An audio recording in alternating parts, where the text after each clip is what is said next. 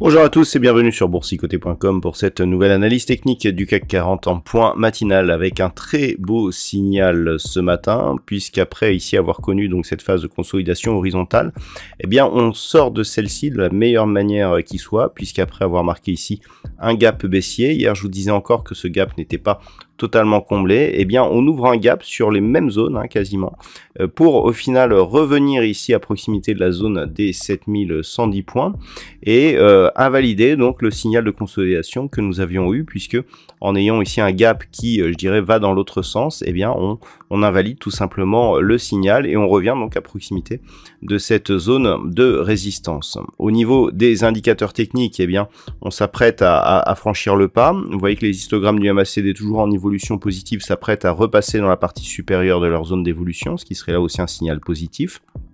Au niveau du RSI, eh bien, ce mouvement fait que nous sommes en train de revenir ici dans la zone de surachat. Donc, ce n'est pas encore fait, il manque encore quelques points. Mais si on a une poursuite de ce mouvement, eh bien, cela devrait se faire très rapidement. Donc, on le voit, un signal très intéressant. Et donc, ce que l'on attend et ce qui va être crucial aujourd'hui, eh bien, c'est le test justement avec cette zone des 7110-115 points, puisque on aurait dans ce cas-là un signal d'impulsion consolidé à 23,6% de Fibonacci qui repart à la hausse. Donc pour l'instant, toutes les indications vont dans le même sens. Au niveau des valeurs, ce matin, eh bien, on a un mouvement haussier donc qui est perceptible. STMicroelectronics qui a produit de très bons résultats gagne 8,91% au moment de cette analyse, c'est assez conséquent. Derrière, nous avons des valeurs comme Kering, Worldline, Eurofins Scientifique, Thales ou Téléperformance. Le luxe est plutôt bien placé, ce qui contraste avec les jours précédents et ce qui explique aussi la forte hausse du CAC par rapport à des homologues, notamment le DAX, qui est plutôt lui sur un mouvement baissier. Au niveau des plus fortes baisses, eh bien, nous avons alors quelques baisses. La plus forte baisse est Pernod Ricard avec moins 0,72%, Renault moins 0,39%, Vinci, Unibail Rodamco, Alstom ou Engie ferment le bal avec de toutes petites baisses, moins de 0,3%.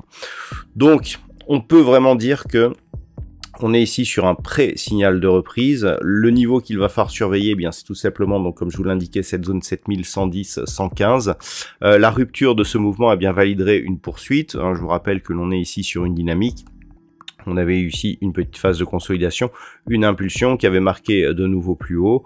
Là, on a consolidé, stabilisé, on est remonté légèrement, validé ici une zone horizontale. Le fait que l'on se porte directement ici sur cette zone de résistance, eh bien, va dans le sens, je dirais, de la poursuite de l'impulsion qui, après une phase de consolidation, eh bien, s'apprête à reprendre donc le chemin de sa tendance. Alors par rapport justement à cette configuration, on peut anticiper éventuellement ce que pourrait être justement cette reprise haussière en traçant les retracements de Fibonacci sur la phase de consolidation, ce qui nous donne une extension ici à 7219 points.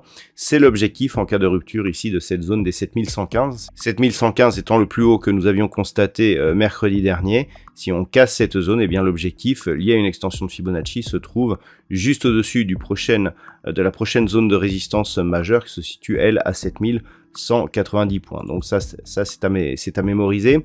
Donc pour l'instant, on surveillera ce qui se passe ici sur la zone des 7110-115. À l'inverse, si les cours comblent rapidement le gap, donc là il faut repasser en daily pour voir exactement, voilà, on matérialise un gap ici qui n'est pas énorme au final. Donc si on vient rechercher ici le plus haut de cette bougie à 7070,84 et clairement que l'on revient ici sur cette zone des 7115, là on aura plus un signal qui ressemblera à un potentiel double top avec donc une perspective baissière en cas de cassure ici des 6950. Donc pour vraiment valider cette configuration haussière, il faudrait ici casser cette zone des 7115 points et si possible avec un peu d'amplitude, car si on reste dans les mêmes zones et que l'on redescend, on sera toujours sur une configuration en potentiel double top. Voilà donc ce que l'on peut dire sur cette configuration technique pour ce matin. D'un point de vue macroéconomique, alors la journée sera marquée par des chiffres majeurs du côté des États-Unis. Donc nous aurons les commandes de biens durables qui seront dévoilées à 14h30, mais nous aurons surtout le PIB trimestriel du quatrième trimestre donc qui sera dévoilé. On attend une évolution du PIB à 2,6% donc pour ce quatrième trimestre. Nous aurons aussi les inscriptions hebdomadaires au chômage, tout ça ce sera à 14h30 et ensuite nous aurons les ventes de logements neufs qui seront eux dévoilées à 16h. Voilà donc ce que l'on peut dire pour cette séance. Je vous souhaite de passer une bonne journée. On se retrouve dès ce soir pour toutes les autres analyses techniques du site boursicoté.com.